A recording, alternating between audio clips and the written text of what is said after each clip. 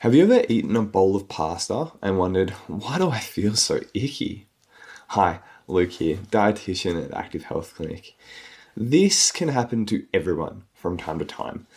Eat a large carbohydrate containing meal and feel bloated and full, maybe a bit lethargic and brain foggy, or maybe even a little bit sick. And many might recount a Christmas dinner or another festive food event that they can actually link with this feeling. But for many people with dysautonomia, and in particular POTS, this can be a daily occurrence for them. Here's why. So there are three things that really make carbs more of a challenge for people with dysautonomia and POTS.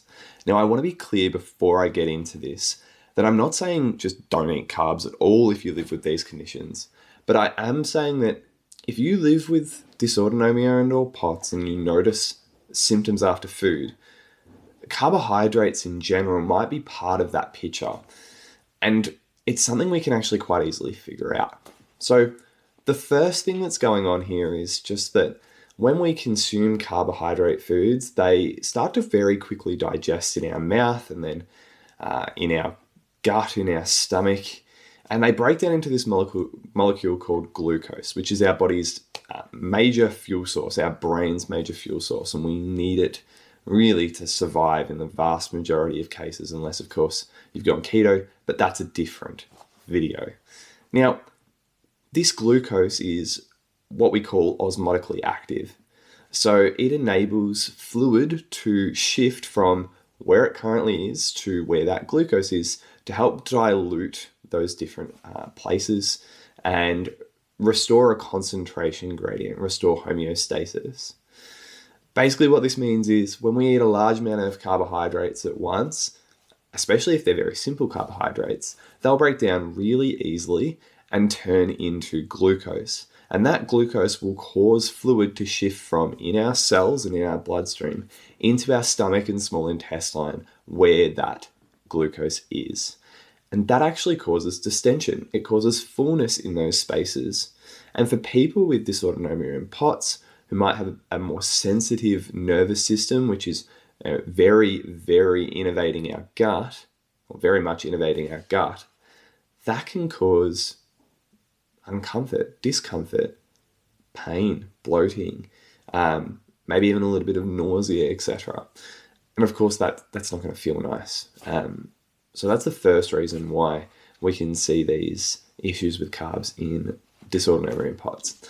The second reason is due to a hormone called gastric inhibitory polypeptide, also known as glucose-dependent insulinotropic polypeptide. Try and say that 3 times fast. I'm just going to call it GIP.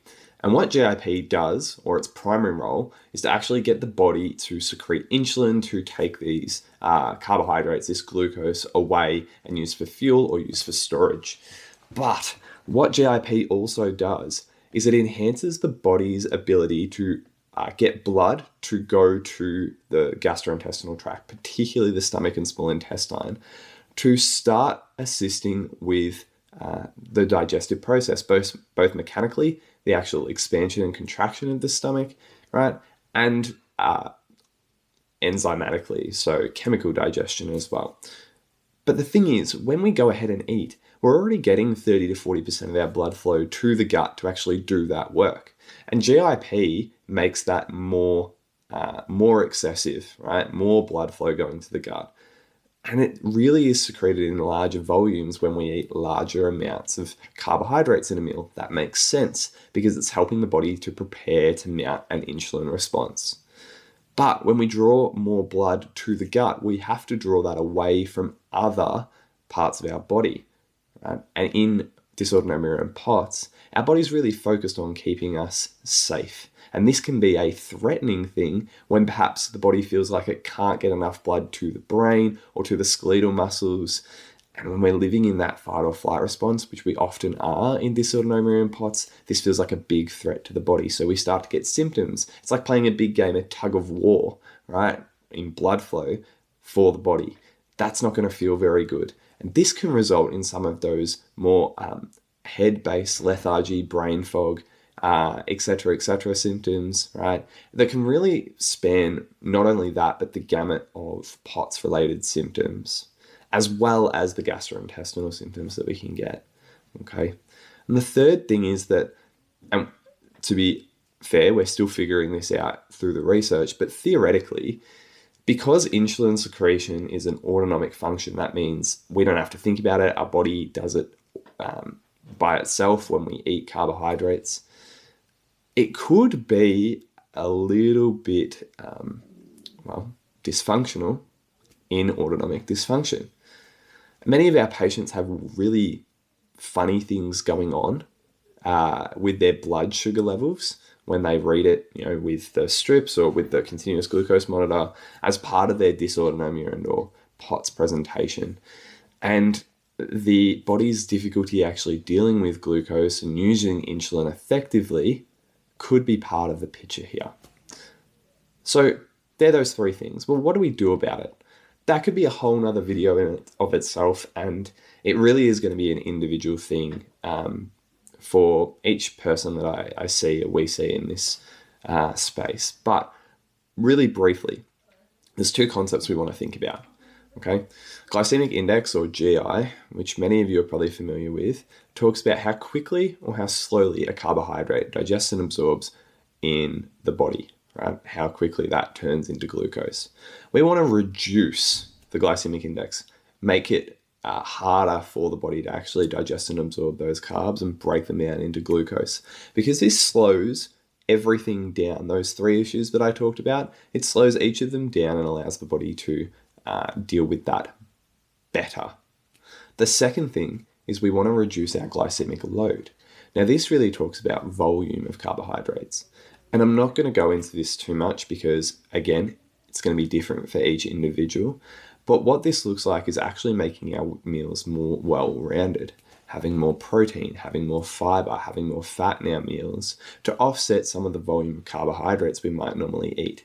Again, individual circumstances, because we're going to have plenty of other issues that are going to come in and create difficulty there when we live with POTS and dysautonomia and if we've got gut symptoms going on. But that's a really brief overview of what we're looking at. So I hope this video has been helpful for you to explain maybe one part of why we might be getting gut symptoms and just an exacerbation in POTS around eating. And if you're someone who finds that the majority of your meal makeup is carbohydrates and you're experiencing some of the things that we talked about, feel free to drop us a line. We are, all of our dietitians here are really happy and really experienced at actually managing this stuff and helping you to work on your food to feel better. So if that's a thing for you, drop us a line. Otherwise, I hope this was informative and a bit of a longer form video. So if you've stuck with me till now, well done. But in any case, take care. And as always, happy eating.